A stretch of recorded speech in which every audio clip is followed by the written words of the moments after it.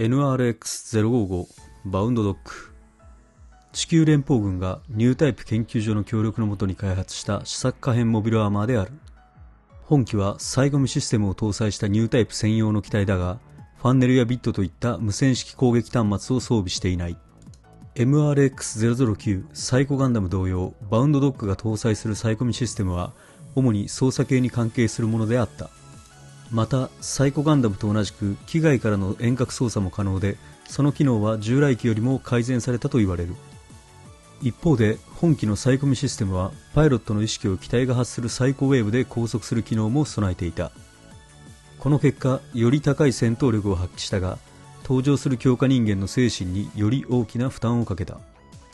いくつかのシステム上の問題は見られたが、バウンドドッグそのものは当時の地球連邦軍のサイコミ技術の粋を集めた機体であった。というわけで夏バテ継続中のプラシキです。本日は機動戦士ゼータガンダムに登場する可変モビルアーマーのバウンドドッグを作っていきたいと思います。発売日は2020年10月24日発売。販売価格は5500円となっております。ここでお知らせです。チャンネル登録者が1000名突破しました。本当にいつもありがとうございます。いつも見てくれてる方のおかげです。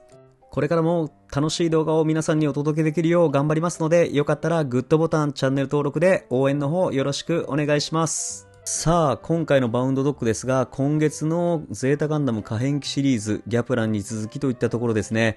得意な見た目のこのモビルスーツ形態、モビルアーマー形態がどのような作りになっているのか楽しみですね。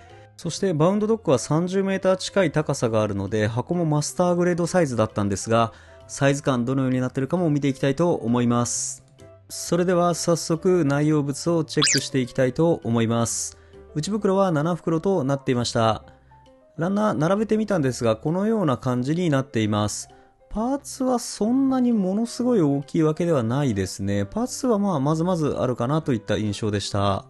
さあ、それではランナーをいくつか見ていきたいと思います。今回バウンドドッグは新規のランナーになってますね。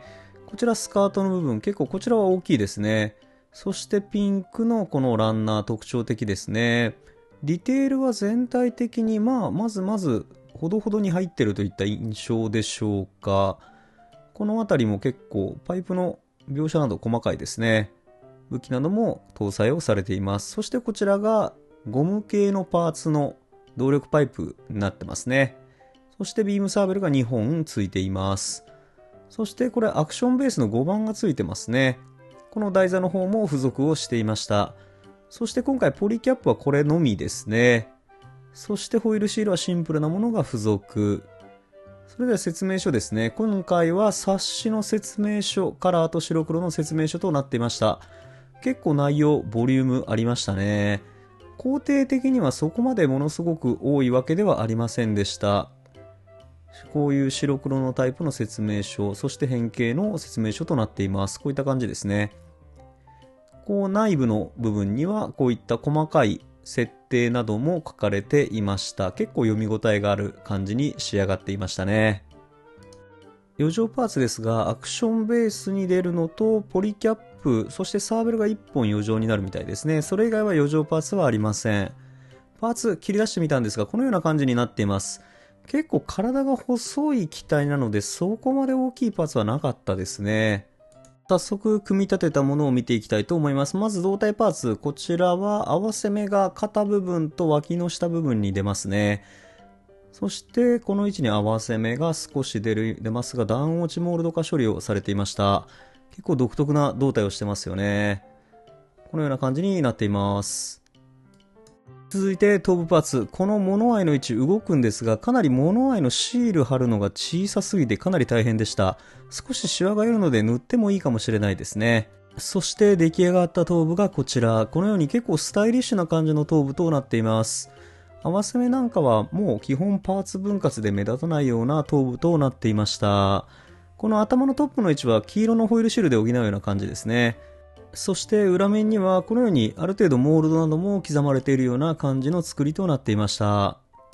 続いて腕部パーツ、右腕を見ていきたいと思います。合わせ目がどうしても前腕部と上腕部の方にはめ合わせのため出てしまうような作りとなっていましたが、そこまで大きく目立たないんですが、やはりどうしても塗装する方などは処理が必要かなといった印象でした。そそしてこちらが右肩のアーマーですね。そして黄色の部分はシールではなくパーツで色分けがされていました。内部はモールドなどはないですね。合わせ目は基本目立たないような段落ちモールド処理となっていました。さあ、そしてこちらが左腕。打って変わって右腕と違い、このようなメカメカしい右腕となっています。そしてシールド、このように色分け結構細かく色分けがされていますね。このようにクリアパーツも使われています。内部なんかもモールド結構入ってますね。合わせ目は全て段落ちモールドのような感じの処理がされていました。結構この右腕好みですね。かっこいいです。そしてこの左肩のアーマーですが、こちらもパーツ分割で結構色分け細かくされていますね。合わせ目はこのように上の位置に段落ちモールドと通常の合わせ目が出るような作りとなっていました。内部は少しモールドが刻まれているような感じのアーマーとなっています。続いて脚部パーツはこのようになっています。どうでしょうね。このような感じの脚部となっていますが、合わせ目は全部と横側面に出ますね。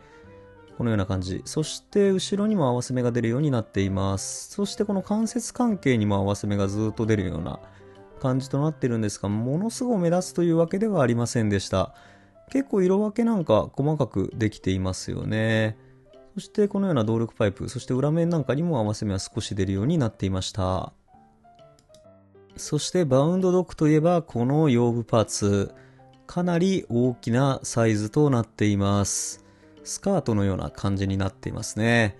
結構こちらもモールドとか細かいんですよね。内部もしっかりと含まれていますね。そしてこの辺りは可動のギミックがついていました。そしてこの位置もこのようにスライドして上げることができるようになっています。色分けなんかも多少されているような、そのような感じとなっていました。結構迫力のあるパーツとなっています。そしてこちらは脚部の軸部分。そして武装類見ていきたいと思います。クリアパーツも使われていますね。モナカ構造の簡単な作りとなっていました。そしてマニピュレーターはこのように銃握り手が付属をしているので差し替え可能です。こちらはビームサーベル、シンプルな作りですね。こちらは握り手が付属をしています。差し替えこちらも可能となっていました。そしてこちらが拡散メガ粒子砲。かなり簡単な作りになっていましたね。合わせ目なんかも少し出てしまうような感じとなっていました。そしてこちらはおなじみのアクションベースですね。このような作りとなっています。そして余りがこのように出るので、余りパーツ何かに使えそうですね。余剰パーツが出るようになっていました。さあ、それではお楽しみの取り付けに行きたいと思います。まず脚部から。基本今回はポリキャップが使われていないので、ほぼですね。なので PS 同士、樹脂同士での接続となっていました。ボールジョイントなども使われています。このような下半身となっていますが、結構中身はスカスカなんですよね。そしてこのようにサイドの部分を上げると足を開くことも可能となっていました。前後に関してはスカートの部分が干渉するので、この位置までしか曲がらないようになっています。そして膝部分なんですが、二重関節が逆方向にも曲がるので、このようにかなり大幅に曲がりますね。これはモビルアーマー形態の時に腕の位置になるので、そういったギミックが搭載されているものと思われます。結構可動域広めです。そしてこう足首の部分ですね、ボールジョイントでの接続となっているんですが、この部分もクローの部分に変形をするので、かなり可動域は広めの作りとなっていました。そしてこのように太ももの部分ですねは360度回転をするようにできています。そしてこの軸の部分も動くようになっていますね。このような感じの下半身となっていました。続いて上半身、まずは肩アーマーを取り付けて腕部を接続。こちらもポリキャップは使われておらず、軸同士での接続、PS での接続となっていますね。そしてこちらも可動域結構広めに作られていました。腕部、この肘の位置ですね。肘の位置結構ちょっと長いんですが、このように360度回転するようにできています。で、このように肘曲げもかなり可動域広いですね。そしてこの位置はボールジョイントでの PS で接続となっています。そしてこのクローの位置もかなり柔軟に動きますね。可動範囲かなり広いです。このような感じの腕部の作り、右腕の作りとなっていました。こちらもかなり独特な仕様となっていますね。可動域はおおむね良好じゃないですかね。かなり可動広いです。このように。続いて左腕ですが、こちらも合わせて肩アーマーから先にはめ込み、腕部を接続といった感じになっています。こちらが独特ですよね。これも右と左で全然イメージが変わる腕部となっています。肩アーマー、このように開くことが可能となっています。シールド部分もこのように可動域が設けられていました。そして上腕部も軸で接続のため結構360度回そうと思えば回るような感じになっていますね。そして肘も結構可動域広いです。二重関節となっていました。このような感じですね。結構広いですね。そしてこの前腕部の部分が曲がるようにできてて、そしてこの頭の部分も動くようになってます。そしてマニピュレーターはボールジョイントで360度回転といった形ですね。親指は動くようになっています。そしてこのように広げて前に出す動作はかなりお手の物ですね。可動域むちゃくちゃ広いですね。ここは付け根の部分が大きく前にせり出すので可動域広くなっています。そして頭部はボールジョイントでの接続となっていました。このような感じ。頭部はこのような感じで2点可動域があるので、この動かす動作はかなり得意ですね。360度回りますし、前後へも大きく可動をします。このような感じの作り。独特な首の作りをしてますね。そしてこのアンテナの位置は自由に動かすことができます。このように回すことも可能になっていました。そして下半身とは軸での接続。ちょっと軸細いんで心配なんですが、そんなに上半身が重たくないので大丈夫そうですね。そしてこちらも軸でのジョイントのため360度ぐるっと回すことも可能となっています。このような感じですね。回すことは基本あんまないんですが、このような感じの可動域となっていました。そして左右上下、ちょうど軸の部分がボールジョイントでの接続になっているので結構可動域広いです。これでバウンドドッグ本体の完成となります。さて続いてモビルアーマー形態への変形です。まずマニピュレーターを取り外し、この部分を引き上げます。そして胴体を横にするんですが、これ変形の時一回腕中に入れなきゃいけないんですけど、外した方がいいですね。そしてこのように肩アーマーを下にくるっと回してシールドの位置を上にして、この頭部の位置、これをはめ込みます。このような感じですね。そして頭部を横に向けスラスターを上に上げます。そしてこのように中に入れるんですが、頭部干渉するので頭部外した方が賢明かもしれないです。これやりやすかったです。外した方がこのような感じになります。そしてぐっと中に入れ込むと、このようにスカートの中に入り込むような形ですね。中に入れて頭部つけた方がやりやすかったですね。そしてこのように蓋の部分を閉めまして、このシールドの位置をガチャッとはめるような感じになっています。シールドはこのように爪の差し込み位置があったので、この位置にカパッとはまるような感じにできています。このような感じですね。そしてこの黒部分は稼働させてスカート内部にしまい込むといった感じの作りとなっていました。この時点でなんか面白そうな見た目をしてますが、何かに出てきそうな雰囲気をしてますね。このような途中段階となっています。そして脚部、このように広げてアームにしてしまいますね。このクローの位置も動かして、これでモビルアーマー形態の完成となります。どうでしょうかね。この見た目結構しっかりと作られているという印象を受けました。実際変形機構も結構独特ではあるんですが、見事に立体化されてるなというところで設計した人すごいなとは思うんですけれども、結構このシールドの位置ちょっと若干ガチッとはまる感じではないので、動かしてると少しカパカパ動きます。そして裏面、これ宇宙空間で真下から撃たれたらちょっとまずいかなっていう感じですかね。結構装甲厚く作られているという設定なんですが、裏面は結構スカスカです。そしてこちらの位置にビームライフルを取り付けることが可能です。そしてこのシールドの位置外して拡散メガ粒子砲を取り付けることも可能となっていました。そしてこの位置なんですが、少し隙間ができてしまいますね。この点が少しもったいないなという感じがしたんですが、加工でもちょっと難しいのかもしれません。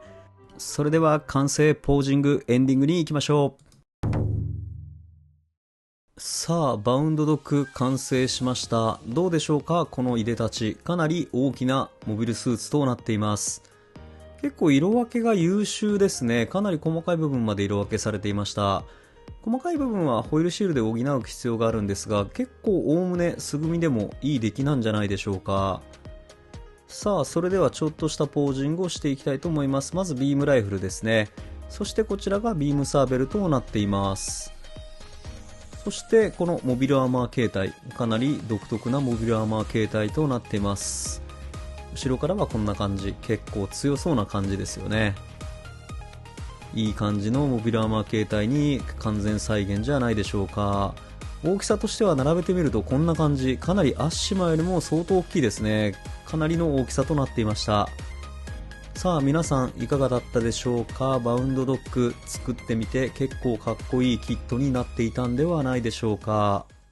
皆さんいかがだったでしょうか。